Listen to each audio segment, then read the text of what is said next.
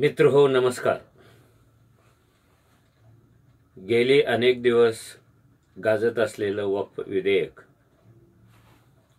अखेर सत्ताधाऱ्यांच्याकडे असलेल्या प्रचंड बहुमताच्या जोरावर मंजूर झालं आहे. या विधेयकासाठी असाच नियम लावलेला आहे. ते एका दिवसात लोकसभेत मंजूर होतं, दुसऱ्या दिवशी राज्यसभेत मंजूर होतं आणि लगेच रात्री राष्ट्रपतींच्या मंजुरीसाठी पाठवलं जातं. लोकांना कळत नाही ह्याची अशी काय अर्जन्सी आहे की जे शेतकऱ्याच्या बिलासारखंच वार फ्रंटवर मंजूर करण्यात आलं. कारण वक्फ बोर्ड काय आजचा विषय नव्हता. तो अनेक वर्षापासून या न त्या कारणाने गाजतो आहे. आता वक्फ बोर्डचे बिल मंजूर झाल्यानंतर काय होईल असा प्रश्न प्रत्येकाच्या मनामध्ये असेल.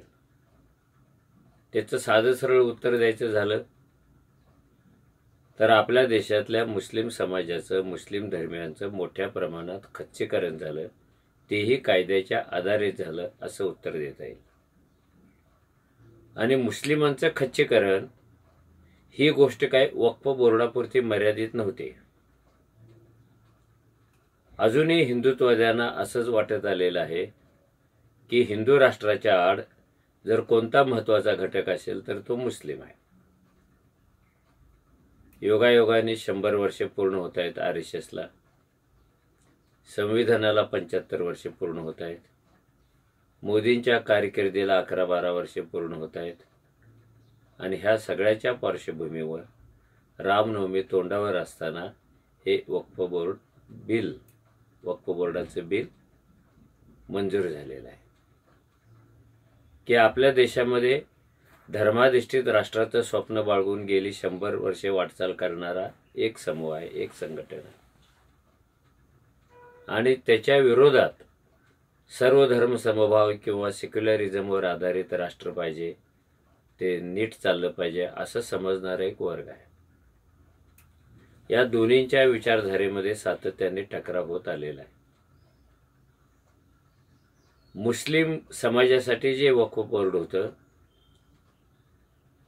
ते वेगळ्या स्वरूपात मांडण्यामध्ये सरकारचा फायदा काय? तसं पाहायला गेलं तरी सरकारचा काहीच फायदा नाही, समाजाचा पण फायदा नाही आहे. पण हिंदू राष्ट्राची स्वप्न बाळगून जगत असलेल्या संघटनांचा मात्र किंचित फायदा आहे. असं नाही आहे की हे विधेयक मंजूर झालं, कायदा मंजूर झाला म्हणून हिंदू राष्ट्राचा मार्ग खुला होणार आहे, असं नाही आहे. पण त्यांना ते वाटतं. आपले संविधान सर्वांना कायद्यासमोर समान मानतं. जो न्याय एकाला तोच दुसऱ्याला असतो. वादाकरता मान्य करू, मुस्लिम समाजाकडे वक्फच्या नावाखाली प्रचंड मोठ्या प्रमाणात जमीन आहे, मान्य करू आपण.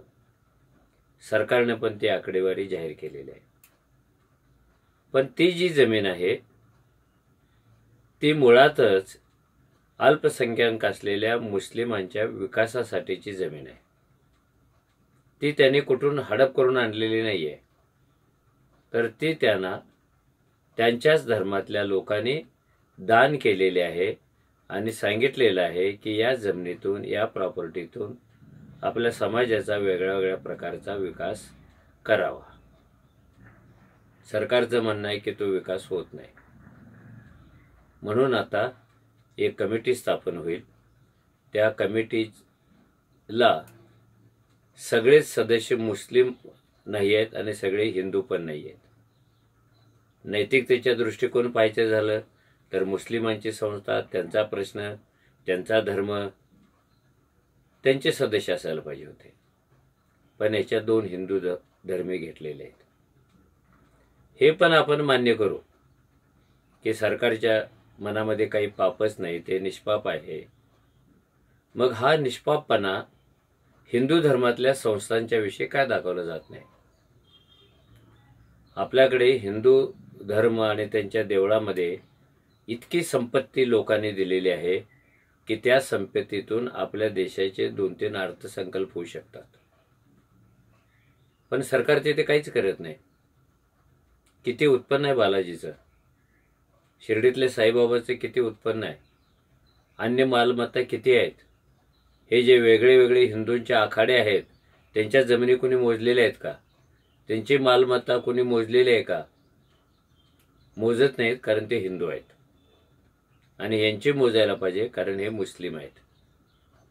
त्यामुळं पहिला प्रश्न असा येतो, कायद्यासमोर सगळे समान ह्या तत्वाला हरताळ फासला गेलेला आहे का? याचं उत्तर सर्वसामान्य लोक पण देऊ शकतील.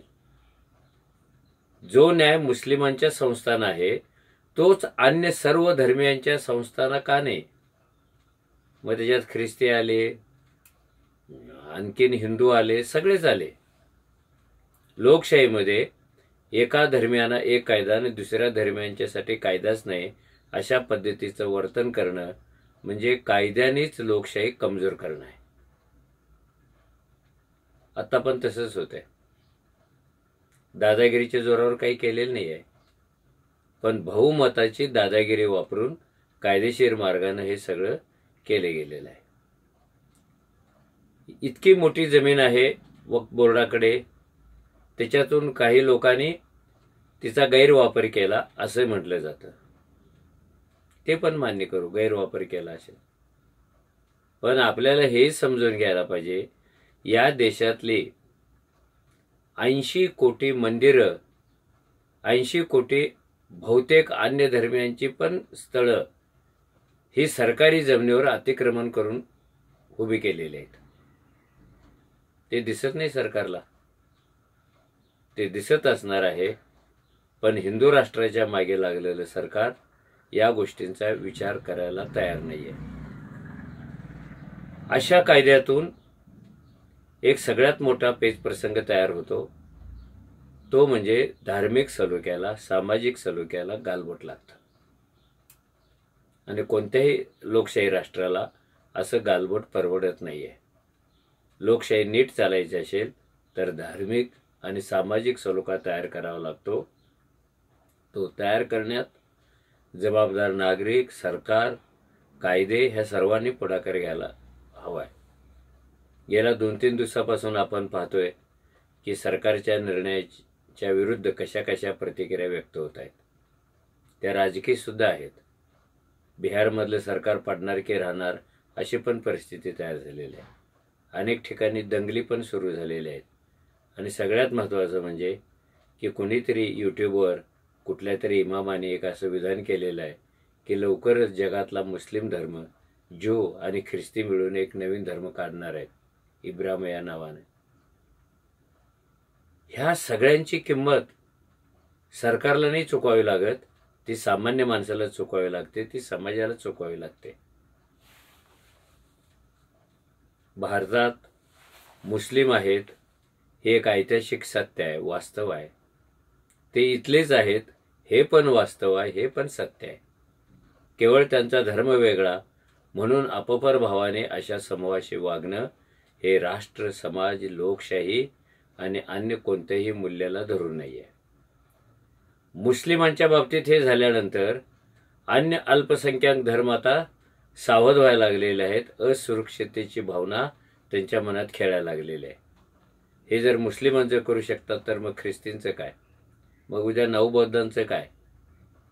गयेतली जी बुद्धिस्ट लोकांची जागा आहे तिच्यावर कोण अतिक्रमण करते, का आंदोलन चालू झालेलं आहे हे सरकारला नाही काय दिसलं? बोधीगया मुक्त करा असं आंदोलन आहे. मुक्त करा याचा अर्थ ते कुणीतरी अक्वायर केलेलं आहे, आणि ते कोण आहेत अक्वायर करणारे?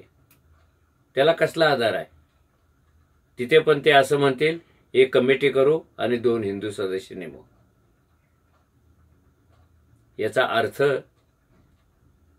सामान्य माणसाला जरी कळत नसला तर ज्याच्या राजकीय जाणीवा प्रगल्भ आहेत त्याला मात्र तो कळेल. म्हणून हा मुद्दा, जे काही हिंदुत्ववाद्यांनी स्वप्न बाळगलं होतं की ते हिंदू पहिला, हिंदू शेवट पाहिजेत आणि बाकीच्या अल्पसंख्याकातल्या लोकांनी दुय्यम नागरिकासारखं हिंदूंचं ऐकून जगायला पाहिजे, असं स्वप्न घेऊन काही संघटना 100 वर्षे वाटचाल करत आहेत. त्यांना वाटतं की हा वक्फ बोर्डासंदर्भातला नवा कायदा म्हणजे आपल्या विजयाकडे सुरू असलेल्या वाटचालीतलं एक महत्त्वाचं ठिकाण आहे. खरं म्हणजे हा सुद्धा एक भ्रमच आहे. हे राजकारणी, हे धर्मकारणी यांच्या पलीकडे एक समाज असतो, सामान्य माणसं असतात आणि या सामान्य माणसांनी स्वातंत्र्यानंतर 75 वर्षे आपला देश, आपली लोकशाही टिकवून ठेवलेली आहे. त्याच्यावर, त्याच्या मनावर आक्रमण करण्यासाठी अनेक गोष्टी आल्या. धार्मिक स्थळं पाडली गेली, धार्मिक स्थळं जोडली गेली, धार्मिक स्थळं नवीन तयार केली गेली. कुठे आरतीवरून महामाऱ्या, तर कुठे अजून कशावरून तरी महामाऱ्या. याचा फटका सामान्य माणसाला बसतो, पण तो लवकर शहाणा होतो आणि आपल्याला कुठे जायचं आहे, कुणाबरोबर जायचं आहे याचा विचार तो करू शकतो. यावरच विश्वास ठेवून आज आपण इथे थांबूया. धन्यवाद.